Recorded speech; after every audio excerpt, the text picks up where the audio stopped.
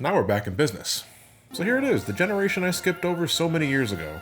In late 2002 in Japan and early 2003 for Americans, Pokemon jumped into the Game Boy Advance with Pokemon Ruby and Pokemon Sapphire. Also, apparently it bothers some of you that I pronounce Pokemon as Pokemon. Well, what do you want from me? You want me to say Pokemon like the early episodes of the anime? Is it Pokemon? Is it Pokemon? I don't know, I don't give a shit, so I'm still calling them Pokemon, so get off my back, Pokeman! Anyway, Ruby and Sapphire were the next generation, but this was when I was becoming burnt out from Pokemon. I stopped watching the anime on Saturday mornings, I didn't go see any other movies after Pokemon 2000. I played Generation 1 and Generation 2 until the Miltanks came home. I went into all that in the older videos, but early 2003, I was officially in my Yu-Gi-Oh craze. God, I fell in love with that game so hard. I thought the game was fun. All my friends in high school were playing it. I thought the anime was a fun watch. I know the channel is long overdue for a Yu-Gi-Oh retrospective. Trust me, I'm fully aware of that, and I'd love to give the franchise some attention later on, but for now, I just wanted to explain one of the main reasons why I didn't bother with Gen 3 initially. I guess you can say I gave my taste buds a sort of preview when Nintendo brought us Pokemon Fire Red and Leaf Green for the Game Boy Advance in 2004. As I mentioned before, these were full-blown remakes of Generation 1 with all the added mechanics and tweaks brought in from Generation 2 and 3. Unlike Ruby and Sapphire, I actually got these when they came out. I had a lot of memories of Generation 1, so to see that they were making what looked to be a better version of it, it was so obvious. I had to get that, and I did. This still wouldn't be enough for me to consider picking up Ruby and Sapphire, and it wouldn't be until Pokemon Platinum for the Nintendo DS in 2009 that I'd officially get back into the Pokemon train. But here we are, I'm finally ready to jump into Generation 3 proper, and for this video, I'll be looking at Pokemon Emerald. Yes, much like the previous generations, Ruby and Sapphire eventually got an enhanced re-release that changed a couple of things and added more to the adventure's postgame. In Ruby and Sapphire, the main villain was all dependent on the version you got. In Ruby, it was Team Magma. In Sapphire, it was Team Aqua. You would then team up with the opposite team to stop whatever plans the main villains had in store. In Emerald, however, you go against both teams to prevent them from causing a geographical catastrophe. Emerald also added the Battle Frontier, a sizable area where you could participate in a whole bunch of battles with different stipulations, and work on creating your perfect team for competitive battling with friends or tournaments. Something I'm sure is still going strong now in the year of 2019. I mean, I guess people still play competitively with their Game Boy Advances, right? Okay, so the Battle Frontier might not have as much meaning now as it did before. Then again, I suppose if Generation 3 is brought up at all today, they're likely talking about the Generation 3 remakes released for the Nintendo 3DS back in 2014, Omega Ruby and Alpha Sapphire. Just saying now, I won't be covering these for this video. I'm sure these added a lot to make them the definitive Gen 3 experience, but you'd be waiting twice as long if I had to essentially play two RPGs back to back, so I could talk about these at a later date, probably after I cover Pokemon X and Y in God knows how many years from now. Well, I'm finally ready to jump into the Hoenn region if you are. Let's tackle Pokemon Generation 3. So for this game, you can choose between a boy or girl. I went with boy because why not? And canonically, the two are known as Brendan and May. And you know, kind of glad they dropped the whole color moniker of protagonists. We got Pokemon Red and Blue here, so who are the kids? Well, Red and Blue. Genius! But whoever you pick this time, the opposite would act as your buddy and rival. But holy shit, Brendan and May make for one of the weakest rivals in the franchise I've seen so far. They are just the epitome of background character. They're great in pointing you in the right direction. When you get your Poke Navigator, your cell phone essentially, you can call them at any time and they'll give you a good idea on where to go next or what you should try out. Outside of that, they show up on occasion and give you a little warm-up, but I struggle to even call it that because their teams are nowhere close to the level of challenge that Blue or Silver provided. I guess to be fair, their profiles indicate they're not very good at Pokemon battles, so okay, why make them our rivals at all? Just make them our tag-along buddies. You know, Ash had Brock and Misty and a shitload of other folks I'm sure he kidnapped, so why can't we start forming a party here? There's also this kid you end up befriending later named Wally that takes up Pokemon training because it's his lifelong passion, but can't completely go through with it because he's got some sort of illness that they never fully go into. I took it as asthma. But still, he acts as your sort of second rival for all about 2 battles, and it feels like squandered potential. He should have been more of a reoccurring character, and there certainly needed to be more than 2 battles with him, and no, I don't count the rematches, those aren't serving to the plot, they're just there for more experience and money. I don't know, maybe go more into his illness, have us mentor the kid or some other shit.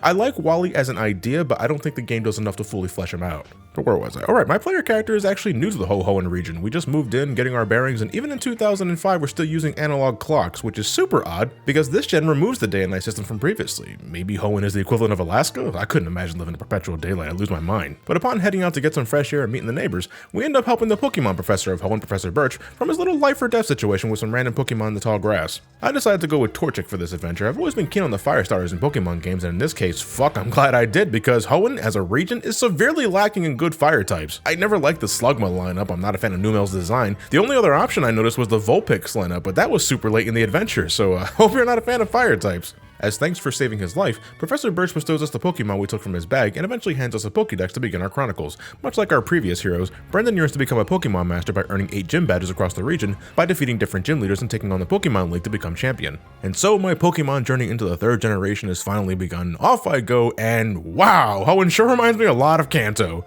Not a carbon copy, of course not, but he hits a lot of the same beats. Not long after visiting your first town, you go through a dense forest region like Viridian Forest. The first gym leader, Roxanne, uses Rock-type Pokemon very much like Brock did in Gen 1. There's a cycling road where you need a bike to even travel on. There's an instance where you need a special scope to see Pokemon blocking your path. The Safari Zone is back, working almost exactly how it did in Gen 1, though now it's optional. Those are a few that immediately come to mind, but I was reminded of Kanto a lot throughout. It kept egging me on, which I found incredibly shocking because, I don't know, given that Gen 2 already had the Kanto callback in the postgame, and the fact that they were planning on remaking Gen 1 with Fire Red and Leaf Green anyway, I guess I was caught off guard. I like to think of Hoenn as Kanto with a lot more water. It's a very horizontal region. Hoenn has plenty of its own things placed throughout, and I realize some of the things I mentioned, specifically the Cycling Road and Safari Zone, can be seen as franchise landmarks that don't necessarily have to be tied to one generation. I mean, hey, every game has 8 gym leaders and an Elite Four, but I guess the reason I keep griping on the Kanto stuff is because I think Hoenn lacks in what I consider to be unique and interesting landmarks and routes. Out of every town I came across, I could only recall Fall Arbor Town because right beside the town are folks who collect and play in volcanic ash, which last I recall was extremely detrimental to human health. Hoenn can be weird. Where do you come from? Yes or no? Why are those the choices I'm given for that? When you eventually get your Poké-Navigator, you can register phone numbers of all the various trainers you met along the way, to shoot the shit or participate in rematches later for some extra experience and money. But some of these descriptions, okay, I didn't need to know that one of them was hard as rock. You just keep that to yourself, okay? And one other's battle method is to just let it all hang out? What the fuck? There's this one dude named the Trick Master who challenges you to go through his maze inside his house, and some trainers inside comment on how they're only there by accident. The Trick Master kidnapped these poor fucks. There's also this abandoned ship you can come across when surfing down south, and it's dilapidated as all hell, but there's people, including children, playing around inside. What the hell, folks? There's holes in the floor. God knows how much rust and shit everywhere. It's not safe here. You see, this is why you don't play in volcanic ash. You can use Rock Smash to open these holes in the wall and let you build a secret base. I don't see the point of this besides being a time sink, but you can decorate your base with furniture you can buy in stores, tables, chairs, posters, a surplus of dolls. Yeah, it's like Animal Crossing, I guess. I see they have Pichu and Pikachu dolls, but no Raichus? Pieces of shit, fuck this feature. This game has a bizarre fascination with creating Mad Libs. I don't get why everyone around me is so enamored with this. What's my trainer profile? No. What's the latest trendy phrase that everyone's saying? I am bag. How would I describe my Magikarp? Confused, disappointed? Exists? There are 2 types of bikes this go around. There's this acro bike that's easier to handle, can do small jumps across these beams and lets you pop wheelies. Whee! There's also this Mach bike, which moves fast as shit but controls like ass. You need both bikes to fully explore some zones, and you have to keep going back to the bike shop to switch them out, so I didn't appreciate the back and forth design, but it wasn't the end of the world, I guess. What I really wasn't looking forward to was the return of 8 gems to travel along the world. Future games have spoiled me big time, but I just had to shift back to an old school mindset, and after that it was routine. Make sure you catch something like Zigzagoon when you start though, because almost every other starting Pokemon can't learn Cut, the attack necessary to cut down trees. I hate giving my starter 8 gems because they can't be removed until you meet this move deleter way later down the road. So I tried teaching it to some other Pokemon I caught. Poochyena? No. Skitty? No. Wurmple? No. Good lord, I just want to go past this tree. 8 gems are evil, man. You got this couple that can't reunite because these pair of rocks block their path, and you gotta use Rock Smash to not only open the path to proceed, but to bring these 2 together. 8 gems don't believe in true love, they suck. You need Flash to see where you're going in caves, Strength to move boulders, Fly to transport between cities. There are still 3 different water HMs in this game. Now they got rid of Whirlpool because that shouldn't have been a thing at all, but you got Surf and Waterfall returning from before, but the new one this time is Dive, where you can plunge deep into the waters below for some hidden items, Pokemon, and pathways needed to access new areas and towns. The need for 3 different water HMs aside, I think it's a good way of making the world feel bigger. These underwater expeditions help give Hoenn a unique vibe compared to Kanto and Johto. I know Hoenn having an assload of water is kind of the joke within the community, but I didn't mind it that much. Sure, some of these water routes are just as empty and mindless as the worst routes in previous gens, but there are other things to discover besides trainer battles. Surfing is relatively quick, and by this point, I was already stocked up on so many repels that random encounters weren't so much the issue. Could there have been less? Absolutely, but water was the least of my problems in this game. Every game puts emphasis on that region's exclusive Pokemon, but Hoenn has an everlasting hard-on for Poochyenas, Numels, and Wingles. I swear 80% of the region's trainers have these 3 specifically, and it got visually depressing fast. It's the worst with the Team Aqua and Magma battles. They are hell-bent on using only 2 or 3 of the same Pokemon, even the higher-ups. I can argue that Team Rocket at least had some sort of excuse back then because of the smaller pool to choose from, but this is Gen 3. There's over 380 of these little creatures at this point, but no, let's whip out Numel number 47. And goddamn, Hoenn sure loves double battles. Well, okay, this was the generation to introduce them. They gotta show them off, and they're exactly what they sound like. You fight 2 Pokemon at once with 2 Pokemon of your own. It could potentially make things easier now that something like your Surf attack hits 2 Pokemon at once, but there's some attacks that can hit every Pokemon on the screen, so it's best to wait on using that all-powerful Earthquake skill, unless you know that your teammate is not affected by Ground-type attacks. With such a large emphasis placed on double battles, it can also make traveling through routes a little faster since you're taking down 2 trainers at once instead of just 1. There are perks to this, but my biggest beef with them falls under the battle system. This is the point in the series where battles begin to take a little longer to complete,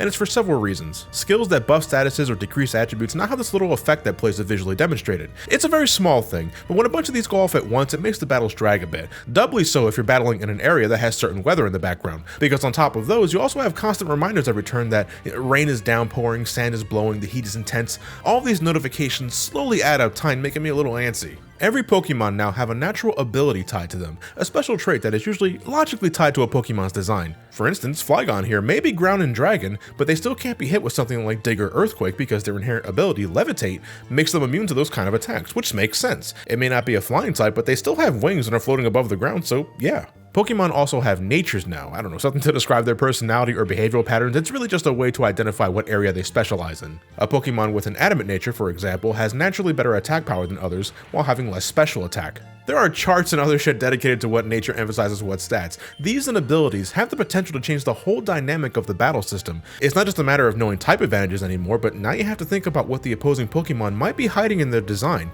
But it's something I think only has significant meaning in the competitive scene, which doesn't really exist for this gen specifically nowadays. For the main story, you can still win battles easily with basic type matching and power leveling. But if you want the best of the best, you now must consider a Pokemon's nature on top of their abilities, and let me just say, I'm glad I was never that seriously into the competitive scene, because the idea of going through grass all day, waiting for a specific Pokemon to show up, catching it, and then hoping it's the correct nature, then breeding repeatedly to get the best individual values with their children, it makes me all numb with indifference. It's there for those that enjoy that sort of depth, but not necessary for casual play. For the main adventure, I just caught what I was interested in and moved along. It was mostly uncharted territory for me. You know, I knew some of these Pokemon from Pokemon Go, but what types they were, what they evolved into, I was drawing a blank. I had a feeling I wouldn't be able to get my Vaporeon or Raichu for this adventure, and that made me sad, so I went and caught a Magikarp and gave it some power leveling to make Gyarados my main water type. Hey, when in doubt, go for the one that looks really pissed off. I went and leveled up an Oddish to get a Vileplume for my team because I knew getting Bulbasaur was an impossibility,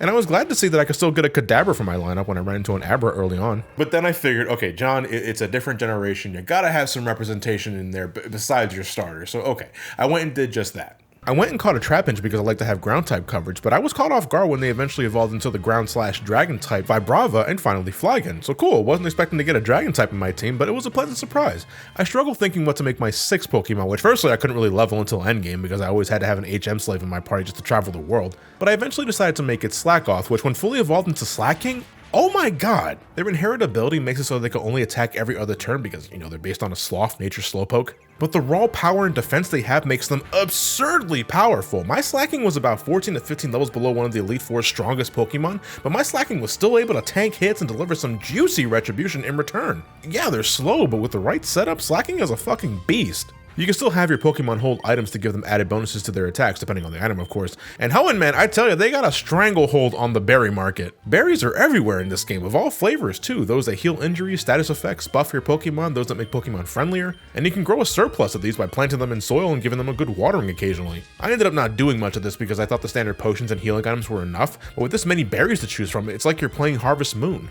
You can also use berries to make these Pokeblock things, which creates these snacks you feed to your Pokemon that can help increase these attributes that, as far as I'm aware, are absolutely trivial. Their coolness factor, their intelligence, their toughness. The only use I found for these were these Pokemon contests where you can pit your Pokemon against other Pokemon in... what do you compare this to? A dog show where your dog can breathe fire? A beauty pageant with a serpent that summons tornadoes at will? I also didn't waste a bunch of time on this. I don't need a contest to know that my fire chicken is hot shit. The journey towards the Pokemon League is pretty standard, but at first I thought it was going to be something a little more. Our protagonists actually have a full set of parents this time, instead of just having a mom that lives in the kitchen. We're compared to our dad a whole lot. He's the leader of the 5th gym you can find later. I thought this was Emerald's way of making the Pokemon adventure more personal, and having family tied to the routine was, in my opinion, an excellent way of driving the plot. Can I be as good as my father? Maybe there's some sour grapes in the relationship, you know, maybe some resentment or some other shit. But then Pokemon reminded me that we're not ready to have that kind of storytelling yet. You get 4 gym badges badges, you fight your dad for the 5th one, and that's that. The adventure continues. This is the thing I hate the most with Pokemon stories. You are the most uninteresting thing about them, and you have zero stakes in anything you do. You do things because you can with next to no motivation besides the bare necessities. What do you think of this current predicament or that asshole over there? How does it feel to get tied up in the affairs of others with no choice given to you in the matter? I understand that Pokemon doesn't usually strive to be those sort of games. They're always baby's first RPGs in a lot of ways, but man, when I'm asked to invest 15 to 20 hours in a main story, it would really help if I gave a shit about my adventure and who I'm playing as. I've gone into this sort of problem I have with this setup when I looked at Earthbound Beginnings and Earthbound, and Pokemon sort of has the same problem in storytelling. So in the case of a mannequin protagonist, I look to the world around my character to pick up the slack, and nope.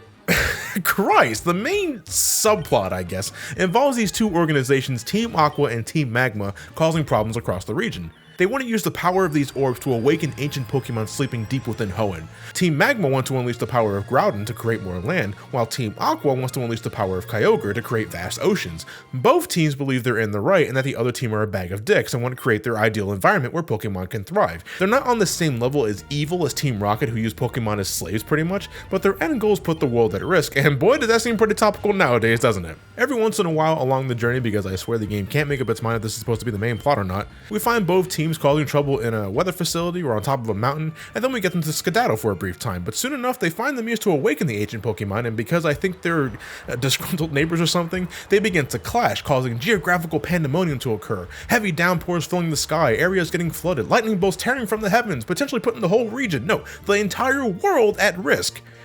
And then we go to the Sky Pillar, wake up this Pokemon, who then proceeds to fly over to these two and say, "Will you two shut up?" And then they leave. That's how the plot ends. I'm not shitting you. Afterwards, it's like the whole Team Aqua and Magma kerfuffle never happened. Dear God, it's laughable how swept under the rug the whole thing feels. You know, I can admire Gen 3 for trying to make the journey a little more than just getting gym badges, but it feels like they got cold feet at the last second and were just too afraid to, fully flesh things out. So after that, I finished getting the rest of the gym badges, shoutouts to gym leader Juan because we share names, and then I head off into the Elite Four. I struggled a bit with this one. I wasn't sure what to expect seeing that it was my first time here. It was kind of making me nostalgic for my first playthroughs of Gen 1 and Gen 2, but after a bit of grinding, I was able to take them on, leaving nothing but the postgame left. I decided to spend some time hunting down legendaries because why not, with no intention of catching them because I really couldn't care at this point. I bitch slapped Groudon and Kyogre for wasting my time earlier, and did the same to Rayquaza for suddenly ending the story. And then by complete accident, I ran into this one called Latias. I thought, oh fuck me, they brought roaming legendaries back, but no, this is the only time they do this to my knowledge, so I let this one get away and said, fuck it, I'm not dealing with that bullshit again.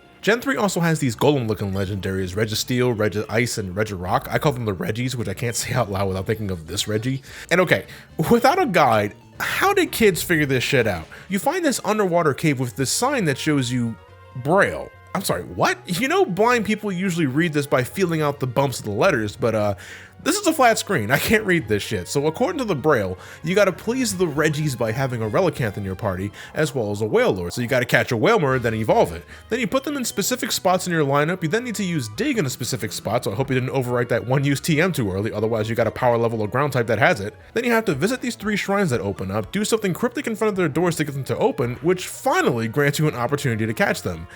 This feels like I'm trying to unlock a super secret developer room, not a Pokemon to catch. But you know what, I poke fun at this, but I'd imagine this was pretty exhilarating to do back in the day. If Gen 3 was my first generation and I knew I had to piece together these clues to unlock these secret Pokemon to complete the Pokédex, I could see myself being captivated by that sort of thing. It does add a sense of wonder to the whole process. It's not as random as roaming legendaries, it just requires more brain power. Or guide reading, that's what I did. I'm sorry, I have shit to do! Anyway, what else is left? I'll be honest, I didn't do much of the Battle Frontier because while it is a cool feature filled with a lot of additional battles with neat gimmicks that give you more to do, I didn't see the need to fully explore it. You don't gain experience points from battles inside. I already beat the Elite Four, so I thought I had nothing left to prove, and gaining battle points to earn those special techniques seemed remarkably slow. I did have fun using these rental Pokemon and seeing how obnoxious Pokemon like Blissey still were. My god, she's just an HP sponge. I was going to end it there until a few of you mentioned during a live stream that there was an optional battle against this dude named Steven, who was apparently the champion in the original Ruby and Sapphire release. He's basically the red of this game, sporting some of the highest level Pokemon you can face that isn't in the Battle Frontier. It was pretty intense when you're going against a bunch of Pokemon you never really encountered before and you're about 20 levels below them, you're fighting an uphill battle. But I toughed it out and managed to win at the end. What can I say? I stuffed my Pokemon with a lot of suppository vitamins. It was a great challenge, so shoutouts to my Twitch audience for reminding me of this fight. I would have never thought to revisit Meteor Falls during post-game. I found it difficult to memorize the Hoenn region, even with the fly ability for fast travel and 2 types of bicycles. Yeah, a part of it could be because it was my first time here. These things take a while to break in, but I don't know, man. Hoenn wasn't hitting the right spots. I did what I usually did in Pokemon games, and about 20 hours later I finished the game, but after that I was just ready to move on. I didn't feel the need to stay around. I'm glad I was finally able to experience the generation I skipped over, but I also feel like I wasn't missing anything, which is a little disappointing for me because I know a lot of people who started with Gen 3. This was their first exposure to the world of Pokemon, and the way they described their good memories with Emerald and the like gave me some encouragement, but nah, I'm sorry to say, this didn't do much for me. Call it my nostalgia for Kanto and Johto, but Hoenn didn't feel that groundbreaking. To be fair, it feels like it wasn't trying to be either. I think the focus of this gen was updating the graphics and sound and introducing the refurbished battle mechanics, and those are fine. Well, the musical instruments could have sounded less like drowning turkeys with trumpets up their asses, but the battle system is better than it was before. Everything else checks a box off of a list. It gets the job done, and I didn't really care about the new things added. The overhauled berry system, the Pokemon contest, the battle tents in every town, these are all perfectly fine, but not, oh my god, so amazing in my eyes. However, I feel it's a safe assumption that I might enjoy the remakes on the 3DS more, given that Heart Gold and Soul Silver did wonders to update Generation 2, and the fact that it's probably more feasible to collect all the Pokemon in those games, seeing that trading and battling with Nintendo 3DSs is easier than, dusting off your old Game Boy Advance if you even have one, getting the old-fashioned link cable or that spiffy wireless adapter that I remember being so wonky. But remember, again, I don't plan on playing these anytime soon, so that's a video for another day. Well, okay then, that's another Pokemon generation under my belt, so next time I'm going to step into some side territory for a bit. But what will I have in store for you all? Just got to wait and find out until next time. The Pokemon Marathon continues, so thank you all for watching, have yourselves a fantastic night, and take care. With the Hoenn region behind him, Johnny sets his sights on his return to Sinnoh, a place he hasn't visited in over 10 years. But what shenanigans will he get himself into along the way? And why is it taking him so long to look at Dragon Quest? Seriously. I would not do Dragon Quest before Final Fantasy. Who asked that? It sounds like Ted. Is that Ted?